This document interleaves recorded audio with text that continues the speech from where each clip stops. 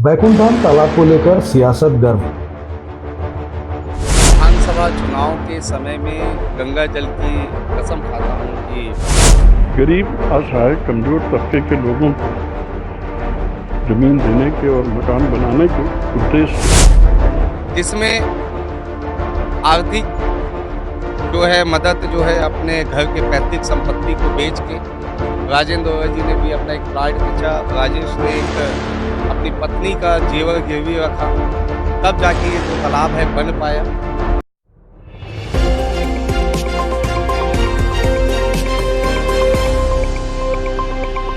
दुर्ग जिले में एक तरफ छठ पर्व की तैयारी जोरों पर है, तो वहीं दूसरी तरफ भिलाई के बैकुंठ धाम तालाब को लेकर सियासत गर्मा गई है।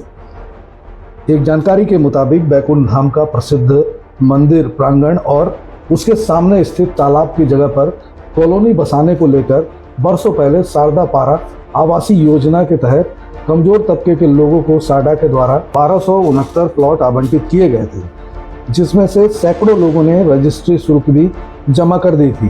पर पृथक राज्य का दर्जा मिलते ही साडा निगम में तब्दील हो गया और जिसके बाद योजना खटाई में पड़ गई। हितग्राहियों ने हाई कोर्ट में याचिका दायर की, फैसला लगभग उन्हीं के पक्ष में आया।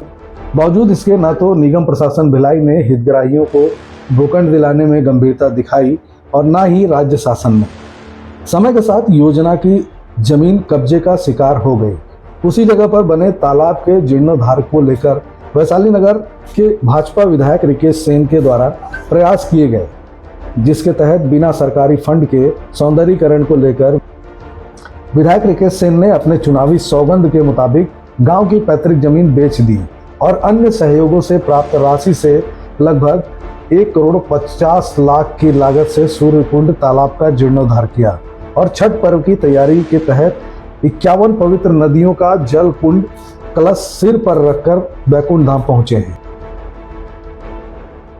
चुनाव होता है और विधानसभा चुनाव के समय में गंगा जल की कसम खाता हूँ कि इस तालाब को मैं बना दूंगा। और उस गंगा जल की कसम खाने के बाद जब हम मंच से नीचे उतरते हैं तो लोग हमें कहते हैं कि आपने कसम कैसे खा लिया, ये तो पूरा कभी हो नहीं सकता, क्योंकि इस पे कानूनी अड़चन है और कानूनी अड़चन होने के कारण जो है ये निर्माण कभी हो नहीं सकता। तो आप कैसे इस तालाब को पूरा कर सकते हैं? क्योंकि हमने हिंदू हैं, गंगा जल की कसम खा चुके थे, तालाब को पूरा करना था, तो इसे जो है अपनी मैं आदरणीय राजेंद्र ओवैसी जी जिनका सपना था कि ये तालाब बने और हमारे यहाँ के पूर्व पार्षद इनकी जो धर्म पत्नी राजेश, हम तीनों ने मिल के जो है इसे दृढ़ संकल्प लिया और दृढ़ संकल्प लेने के बाद इसका जीर्णोद्धार का कार्य जो है इस तालाब का हमने चालू किया।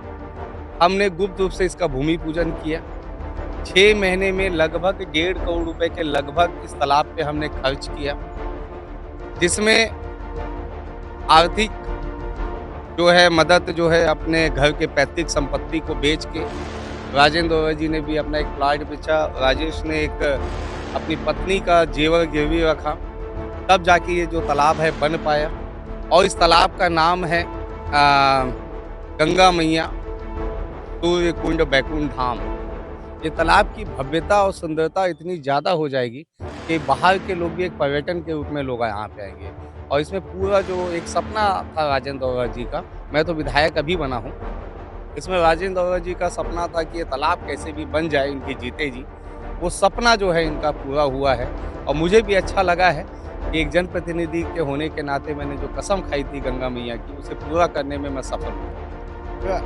कुछ लोगों का सूत्रों का कहना है कि कुछ विशेष ठेकेदारों के द्वारा इसमें अपना सहयोग दिया गया है, जिन्हें निगम से लगातार 20 लाख के टेंडर मिल रहे हैं। कहाँ तक सही है? आप देखिए क्या होता है, जब कोई अच्छा काम होता है तो आलोचना होती है और उन आलोचनाओं को भी छठी मैया जो है, आलोचना करने वालों को भी छठी मैया आशीर्वाद प्रदान करे, सद्बुद्धि दे।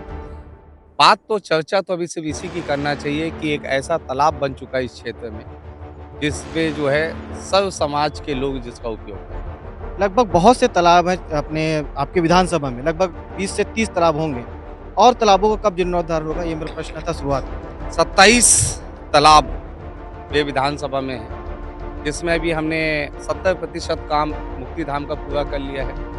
80% काम हमने शारदा पावर का हमने कर लिया है। नक्टा तालाब है, जिसमें कई लोगों ने राजनीति किया था।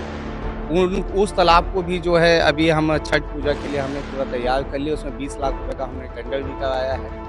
अलग-अलग सभी तालाबों का जैसे ही चुनाव जीते हैं, आर्किटेक्ट से डिज़ाइन करके नए और भव्य रूप से उस तालाब को देखने के लिए कि तालाब बनाया कैसे जाए, इसके लिए मैं गुजरात गया था, अहमदाबाद।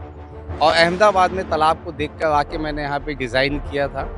5 साल का मेरे पास समय है। इस तालाब को अभी पूरा करना इसलिए आवश्यकता था कि ये सरकारी मदद से नहीं बना है, ये व्यक्तिगत उससे बना है। और इसमें मैंने गंगा जल की कसम खाई थी, तो इसलिए पूरा करना इसे आवश्यक था 6 महीने के अंदर। और बाकी जो 27 तालाब है, उसके लिए सरकारी मदद के बिना संभव नहीं है। प्रोजेक्ट बने हैं, शासन को गया है, जल्द काम होगा। पूरे मामले को लेकर कांग्रेस के पूर्व मंत्री बीडी कुरैशी का कहना है कि हाई कोर्ट के आदेश के बाद भी निगम ने हितग्राहियों को न्याय दिलाने 20-22 साल में भी कोई प्रयास नहीं किया। ऐसी योजना आज का योजना नहीं। सन 1977 में जब भारतीय जनता पार्टी की सरकार थी, उस वक्त गरीब, असहाय, कमजोर तबके के लोगों को जमीन देने के और मकान बनाने के उद्देश्य से इन्होंने भिलाई स्टील प्लांट से वो जगह मांगी थी और उन जगहों को दिया गया। उसके बदले में भिलाई स्टील प्लांट ने कही थी कि हमारे जो लोग हैं, जो छोटे छोटे 15 बाई 30 के मकान में रहते हैं, उनको आप प्लाट बांट दीजिएगा। ये उन्होंने भाटिया उस वक्त थे, तब ये सौदा हुआ, तय हुआ। और तय होने के बाद में वहाँ से सब लोगों को जो जो ज़मीन लेना चाहते थे, उन तमाम लोगों को 15 बाई 30 का ये बना के प्लाट दिया गया। उस वक्त ये बात कही गई थी कि ज़मीन के साथ आपको पानी, सड़क, बिजली, इन तमाम चीज़ों की व्यवस्था आपको करके दी जाएगी। ये बात इन लोगों ने कहा था और उस आधार पर बेचारे श्रमिक जितने भी थे और गरीब जो कहने का मकसद मेरा यह है कि उस वक्त जिन लोगों ने एफिडेविट दिया कि हम गरीब हैं और उन तमाम लोगों को प्लाटें दी गई, उसमें अधिकांश जो लोग हैं सब रजिस्ट्री शुदा और दूसरी चीज़ कि वो सब प्लाट जो है उन्हीं लोगों का प्लाट है जो गरीब तबके के थे। आज भी आप देखिए ऐसे ही लोग मेरे पास आते हैं और उन्हीं की आवाज़ को मैं उठा रहा हूँ। और अभी भी तालाब बन गया और पूरा मामला क्या था? नहीं, तालाब ये तो मामला ऐसा है, उस वक्त जो भी सरकार थी उसने तालाब के मुद्दे को लेकर इग्नोर करी और इग्नोर करने के बाद में बोले चलो, और हितग्राही भी कहे कि अगर तालाब बनता है तो थोड़ा सा हमारी जगह में बन जाए और उसके बदले हमको दूसरी जगह दे दी जाए। ये बात केवल एक ही नहीं बल्कि भारतीय जनता पार्टी की सरकार थी, उस सरकार में जो मुख्यमंत्री था रमन सिंह, इन तमाम लोगों ने हितग्राहियों ने जाके अपना अनुरोध किया था। अभी हाई कोर्ट का क्या आदेश आया? हाई कोर्ट का आदेश ये कि 2 महीने के अंदर मूलभूत सुविधाएं उपलब्ध कराएं और इनको नवीनीकरण करके आप दें, ये आदेश हुआ है। और आदेश प्राप्ति होने के 2 महीने के अंदर इस बात के लिए कहा गया है। अभी वहाँ के वर्तमान विधायक रिकेश सेन अपने क्या कहना चाहेंगे? ये तो सब, वो भी जब पार्षद था ना तो उसको मालूम पूरी कहानी कि ये कैसे हुआ और किस तरीके से सूर्य कुंड बना, ये सब कहानी को मालूम है, उसको अच्छे तरीके से जानता है। और वो जो उस वक्त थोड़ा सा सरकार का लिबरलपन था, उसकी वजह से सब ये कर डाले। लेकिन हितग्राहियों का यही कहना था और हमारा भी यही कहना था, उसके बदले में आप ज़मीन उनको दे दो। अभी उनके द्वारा निजी पैसे का उपयोग किया गया, क्या इसके लिए आप कोर्ट जाएंगे, हाई कोर्ट जाएंगे इसके लिए?